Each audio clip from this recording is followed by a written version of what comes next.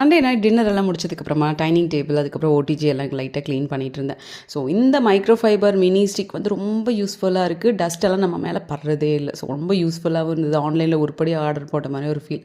So kitchen எல்லாத்தையுமே clean பண்ணி வச்சுட்டு அடுத்த நாளைக்கான ப்ரிப்ரேஷன் ஒர்க் எல்லாம் பார்த்துடலாம் அப்படின்னு சொல்லிட்டு.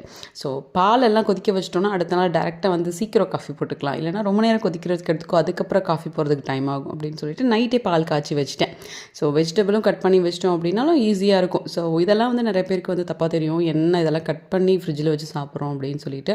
பட் ஒர்க் போகிறவங்களுக்கு இது மாதிரி பண்ணால் தான் வேலையாகும் அடுத்த நாள். இல்லைன்னா 4 மணிக்கு தான் எந்திரிக்கணும். அப்புறம் தான் எல்லா ஒர்க்கும் முடிக்க கரெக்டாக இருக்கும். ஸோ இந்த மாதிரி பண்ணி வைக்கும்போது கொஞ்சம் நம்ம ரெஸ்ட்டும் நமக்கு கிடைக்கும். ஸோ நைட்டு கொஞ்சம் சீக்கிரமாக கட் பண்ணி வச்சுட்டு தூங்கிட்டோம் அப்படின்னா கொஞ்சம் டீப் ஸ்லீப் கிடைச்ச மாதிரி இருக்கும். இல்லைனா ஒர்க்லேயும் கான்சன்ட்ரேட் பண்ண முடியாது, வீட்டில் இருக்க வேலையும் கான்சன்ட்ரேட் பண்ண முடியாது.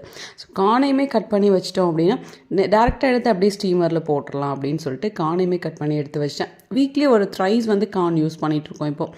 ஸோ ஸ்நாக்ஸ்க்கு அச்சுக்கு ரொம்ப ஹெல்த்தியாக கொடுத்த மாதிரி ஒரு ஃபீல் இருக்கும். எனக்குமே டயட்க்குமே யூஸ்ஃபுல்லாக இருக்கும் அப்படின்னு சொல்லிட்டு ஏபிசி ஜூஸ் வழக்கம் போல் கட் பண்ணி பாக்ஸில் போட்டு வச்சுட்டேன். நான் இதெல்லாம் காலையில் உட்காந்து கட் பண்ணிட்டு இருந்தேன்னா ரொம்ப லேட் ஆயிடும் அப்படின்னு சொல்லிட்டு. ஸோ எல்லாத்தையும் க்ளீன் பண்ணிவிட்டு லைட் ஆஃப் பண்ணிவிட்டு தூங்க போயாச்சு.